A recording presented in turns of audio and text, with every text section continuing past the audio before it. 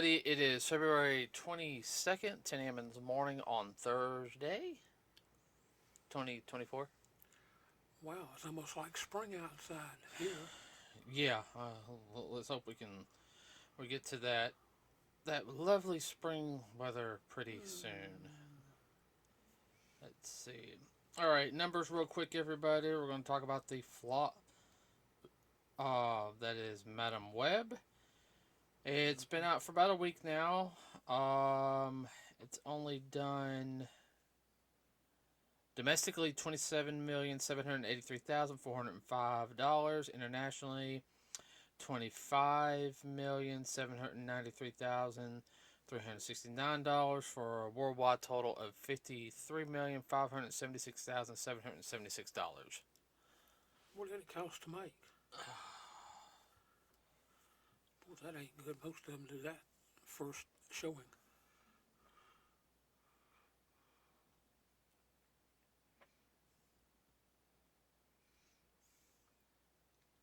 $80 million. It ain't even made its money back. Domestic plus worldwide. I think it's going to be the lowest. I don't think it's going to do any good. Wow. And they say some other movies were flops. Well, this is past a flop. Yeah. Well, I mean, I think the worst one. Let's see. Morbius was like 83 million, and it made 167.5 million altogether. Um, uh,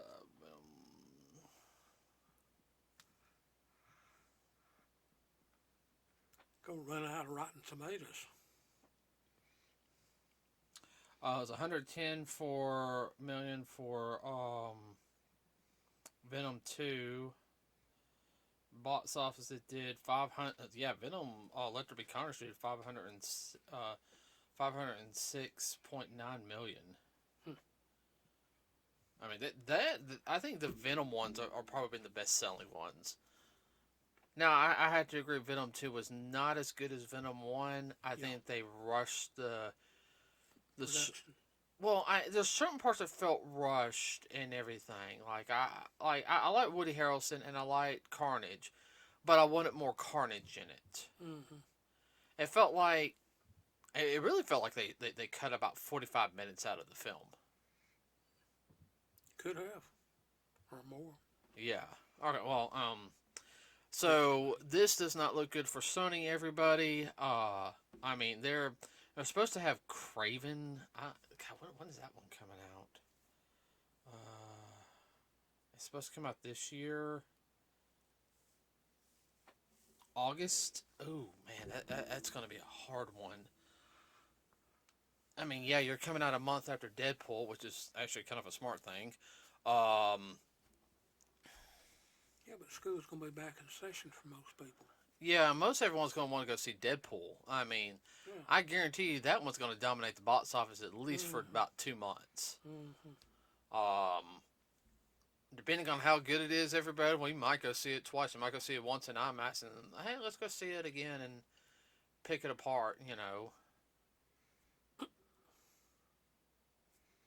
Speaking of another movie, we need to sit there and watch. We keep talking about it. We need to go. We need to watch the Batman again. Yeah.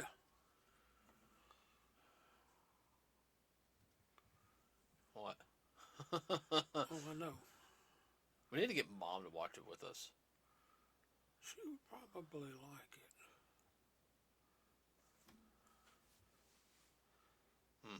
We'll see if it's on any of the services. I have it. I bought that special edition of it. Remember? Oh, yeah. Let's tie her down to watch it. That would be the whole thing. Yeah, we can figure that out here soon. Now, another thing I want to talk about. Of course, this with the movies going on, everybody, this isn't looking good for Sony. In a sense that, well, being perfectly honest with you, everybody, Sony's wanting to do their own thing, and doing this is not helping their cause.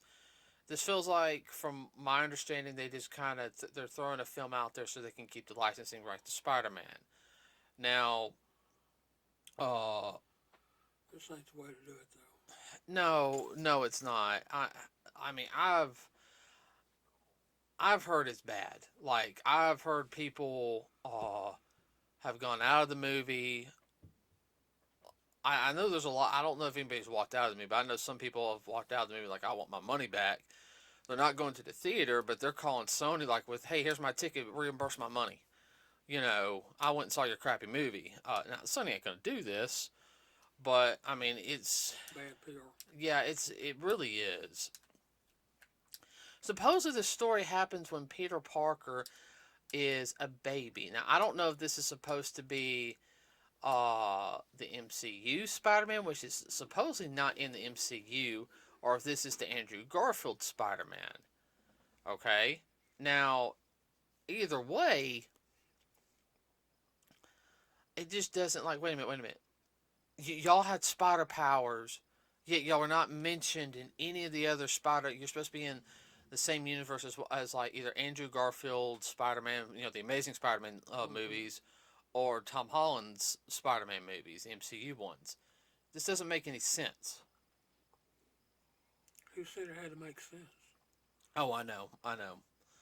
Uh, well, the lady who does Madam Web is like the lead actress in 50 Shades of Grey.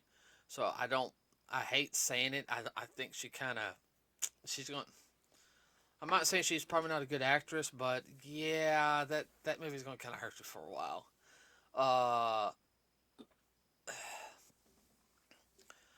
The director, this being her directorial debut on this film, it's not going to help her out. Nobody's going to want to hire her after this. I hate saying that. Should do an indie movie. Yeah, she's going to have to go indie movies for a while. Build her reputation up. Let's see. I mean, I just haven't heard anything good. What about you? I hadn't heard much about it, period. I mean, like, even if it exists. Well, it's going to fall off the face of the earth when Ghostbusters Frozen Empire releases in March, everybody. Which, I'm going to go ahead and look at the date for that.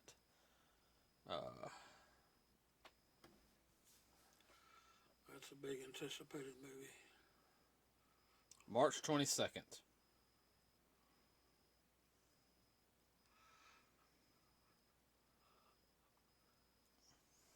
So, I mean, I'm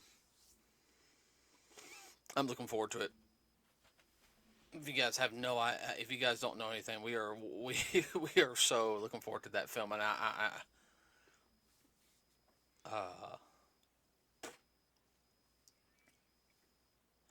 now, let's see what else, and getting into another topic we're going to talk about also. Horrible films like this are not going to help Hollywood or any movie studios, because a lot of people are tired of crappy films. You know this as well as I do. Oh yeah. I mean, there's a lot of bad films throughout every decade, everybody, but there was always a lot of good films. Something to offset it. Right. I mean, there's some really good low budget films, especially from the 80s and 90s. I mean, they're just, they don't have to be high quality, all this films, just but tell a good story. Right. And there's not a lot like that anymore. There really isn't. Well, they want to go all technical and all that. Well, that's another part of the topic too, isn't it? Going technical. Yeah, that's what I'm getting into. Okay. Slowly but surely. Okay, so like, here's a low budget film, and they don't make films like this anymore because one, I know they're not going to sell, but two, they don't. And I'm gonna get into a little bit of what I know about film, just from understanding, being in a couple little indie projects myself, as well as best friends. Went to film school, so learned a lot talking with her about some stuff. Is that all right? What was it? Was a Molly Ringwald film called "She's All That," and it's kind of a romantic comedy coming of teenage, They don't do stuff like that anymore. Kind of a pseudo 50s, early 60s type movie. No, it was an 80s movie. Well, I understand that, but as far as the storyline. It was set in the 80s, Dad. That's what I'm... Well, I understand that. Are you talking about how it's just kind of... It refers back to... Yeah, well, I mean, it's also like, you can't do stuff like that in the modern age correctly. You really can't. And I hate saying that. I mean, if you're going to do something like that, you need to set it pre 2010. Okay, I'll be honest with you. I'm not saying pre-internet, okay, because the internet's been around everybody since like the 80s. Yes, and believe it or not, it has. In the public eye, it just wasn't. It wasn't that good. Yeah. It was in its infancy. All right, but you're gonna have to go pre-iPhone. Well, technically that'd be like 2004, 2005, because that's when the iPhone came out. Yeah. Flippers.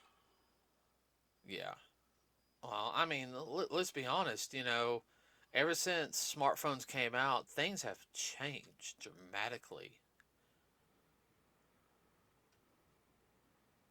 I would have to say the big change from when smartphones and everything really to me changed around what I could notice, not just in like regular media and everything, was around 2010 is when you start really seeing it like catch. Mm-hmm. All right, you would have to set a film like that pre 2006. We'll just say 2006. Am I right or am I wrong? No, I see where you're coming from on that. I mean, This technology is just quadruple. When the iPhone came on, that was just amazing. right. And what I mean by that is mostly on the storytelling. Also get a little closer to the mic because you're kind of There we go. it's also, you know, the storytelling, you know, it's easier to tell a story in a certain time period than it is another. And that's bad to say, you know, because you don't want little holes in there where people can pick it apart easily. But even going in back to the amount of web thing is, okay, yeah, so they set it off, I think, like early 2000s and everything. As the story sucks, nobody's want to go see it. You need to have a reason for people to see it. Even if it's cheesy, people go see it because it's cheesy. They have a good laugh. Yeah, I mean, there's some films, you know, that are like that. But you know, you can do a cheap film, and still have, you know, Godzilla -1 proved that $15 million. And I mean, I thought it cost at least 3 to 4 times that. yeah, I did too. You know what? I'm just gonna check. You gonna crunch him? Yeah, I'm just gonna see what it made. Okay.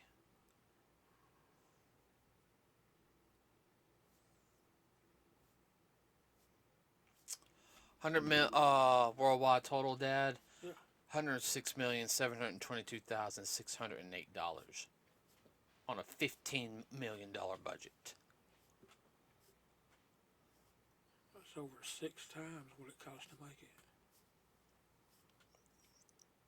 Mm-hmm. So, I mean, it can be done. You need good storytelling, and I'm gonna be honest, Sony just does not have it. You know, Well, they don't have the people. they don't have the people like they used to have. They fired all the good people, and the good writers that are craving for attention, they're not hiring because they're pushing their usual crap.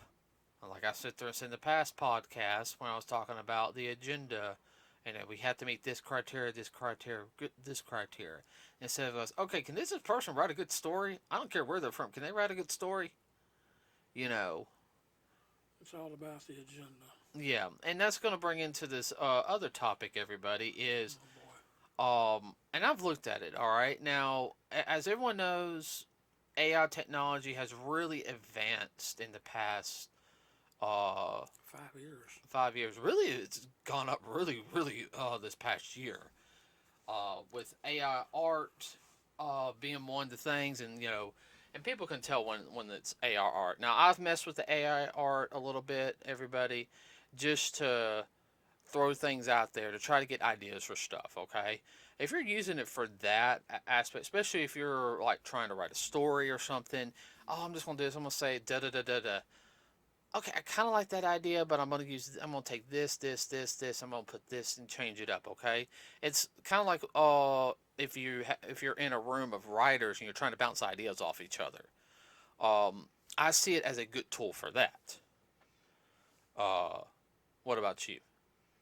Definitely, yeah. Writing out the storyboard. Right now the storyboard, uh, coming up with, or even especially if you're writing like a long video game, start coming with different paths for the story to go to. Mm-hmm. Because the AI might say something. Well, wait a minute. Let's continue with. We might have something here. Okay, gets to this part, it's really good, but we're gonna have to clean this up right here. Okay. Um, Another thing, what people don't realize with AI. Now I know it's also been done with voicing. Okay, and that's bothered some people due to the fact that you can bring dead people back to life. You can even up to the point do songs of people singing, which they've done that. People have done like taking like a song and say, "Hey, I want like Elvis Presley or Chester, who was the lead singer for Lincoln Park, to Okay. sing part of the song, and everything, just Yeah. to see how it would sound." Yeah. And that worries a lot of people because, Using their style. right, but it also worries a lot of people in a sense that, hey, they can take my voice and they can make a song that I never approved of. Much less to get anything from for residuals. Right. No, Now, that's not right. It's like stealing there or whatever. no, and I do Do not, not approve of no, that. I do not approve of that. One thing I will say is that you have another part of the technology where people are doing AI videos. Like they're telling an AI program, "Hey, make this video," and it's gotten better to where it's not doing like these weird faces anymore. It's like it's learned how to like actually, where it's starting to look really good. Like you can tell it's fake, Yeah. but at the same time, you're looking at like, sheesh, Go ahead, you Well, the more data that's accumulated in the system, the more it has to choose from. now, and that's one thing. I think in the next 5 or 6 years, you're gonna have a film that is 100% AI generated, Mm-hmm. and I'm going to sit there and say it's going to do good because everyone's going to go see it. Yeah, just because. Just because. Uh, Now, I'm 50-50 on this, everybody, on AI generating film. Let me explain why, okay? As for doing something like that and creating a film and releasing it, I am not for that because film is a type of art. Film can be used to educate people, yeah, it can be used to scare people too, like horror films. It can be used as also as a form of escapism, especially with people who are dealing with a lot of crap uh, in their everyday life. They're just tired. They just want to watch something, whether it be a cartoon, a movie, a TV show. Uh, it is a form of Documentary. a document. Yeah, especially a documentary. It's a form of art. Yeah. Uh, because you have your different styles. Now, a lot of people don't do the older styles of filmmaking, and what I mean is there's certain filters you can use to make it look a certain way. Uh, It takes money and time and experience, all right, now, uh, which all three have been compressed. right. I mean, Now I'm all for that. It also does take away a lot of jobs too, because you just Mm. got to think everybody. It's not just the director. You know, you got the people who handle all the equipment. You know, I've been on some film sets before. Okay, everybody. You have the director. You have the casting agents. You know, the casting people that are there. All the people behind the scenes. You got the cooks. You've got the people who make the sets. A lot of them are there because in the middle of production they'll say, hey, can we take this out right here, and they'll have to, like, within an hour, have to take, we got to take this podium out so the camera can be right there. You know, you have the cameraman, you have all that equipment, and now all that can be taken out and it can become pure profit for one person. Now also comes to the whole thing is where the market will become oversaturated with stuff like that. Yeah.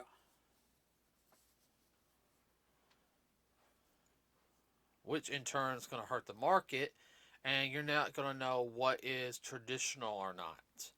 And then, Well, it's been redefined. right. Now there's an offshoot chance that it can sit there and be like, hey, we're a studio that hires real people and everything to do the jobs and everything. Now you might have a studio like that, and they'll make their money off of it. Okay, but what's going to happen is on that is they're going to have like maybe two really big films, and then everything else is going to be cheap, low budget films like from the 80s to 90s.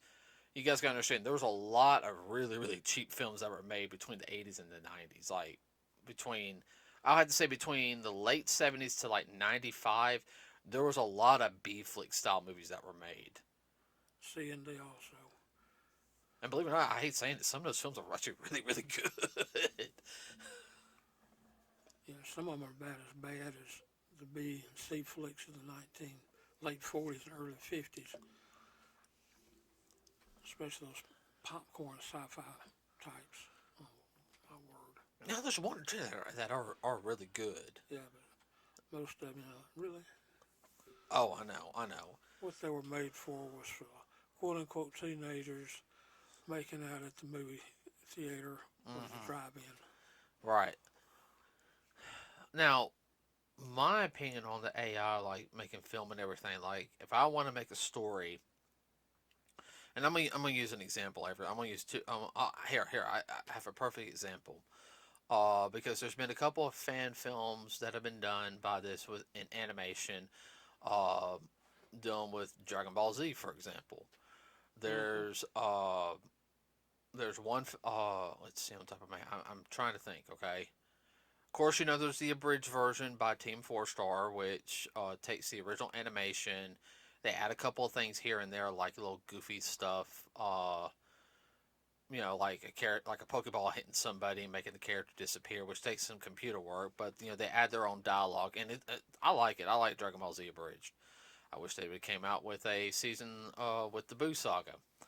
But you know that didn't that didn't pan out as we wanted it to.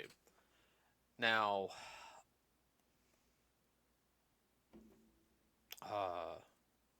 I think there was that one that we watched. Wasn't there one doing with Broly?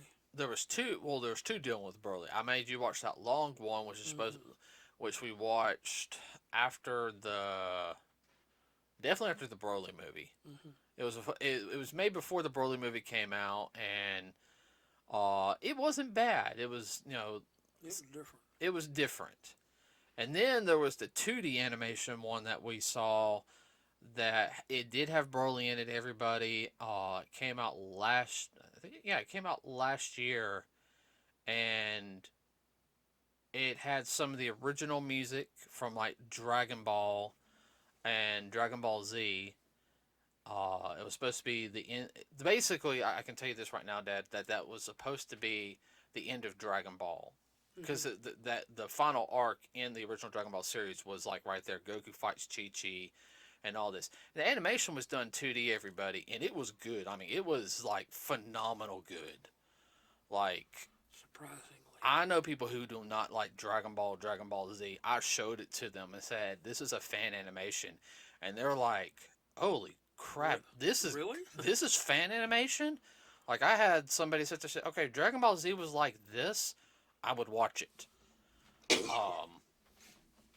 And that's fine. Now, I would use the AI like program making stuff, make my own Dragon Ball Z story, but I wouldn't release it over the internet because one, and everything.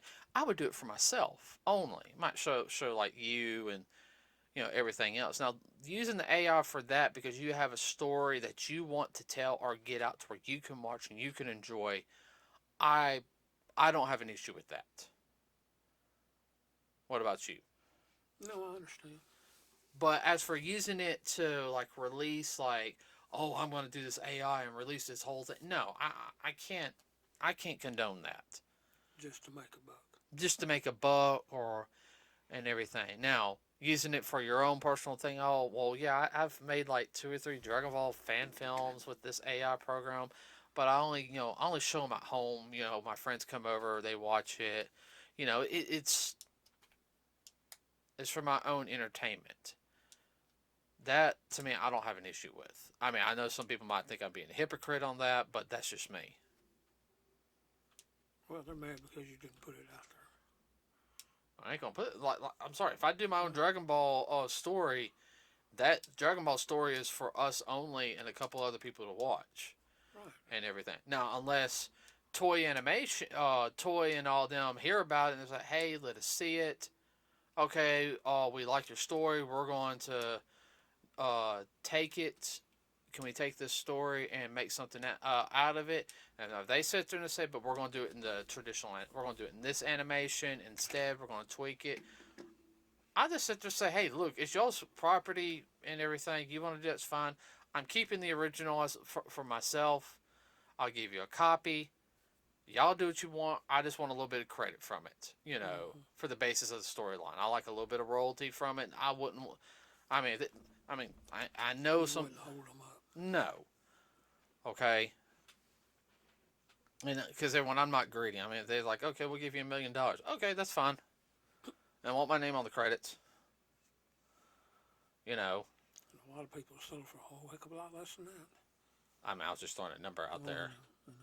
Hell, I'd do it for $250,000. Pay the house off. Yeah. I'm not greedy. Now, I mean, anything you want to add to this? No, not really. Pretty well went over most everything. Well, I want your opinion on it too. Now, No, I agree with what you said on that. If you want to do something for yourself, that's fine. You don't have to be a what about it.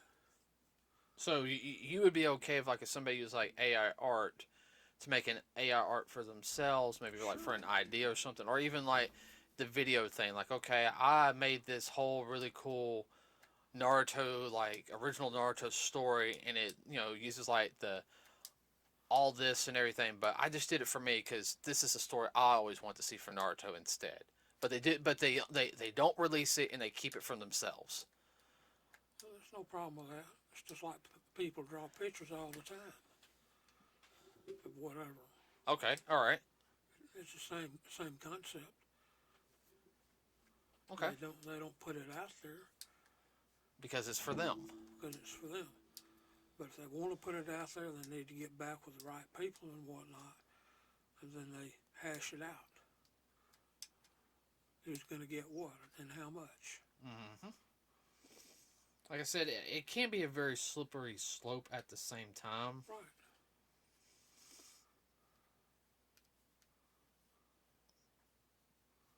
I just feel like I said it can be very if We you won't know how slippery until somebody screws up. messes up, and then somebody goes after them. Then you find out where the boundaries are. Mm-hmm.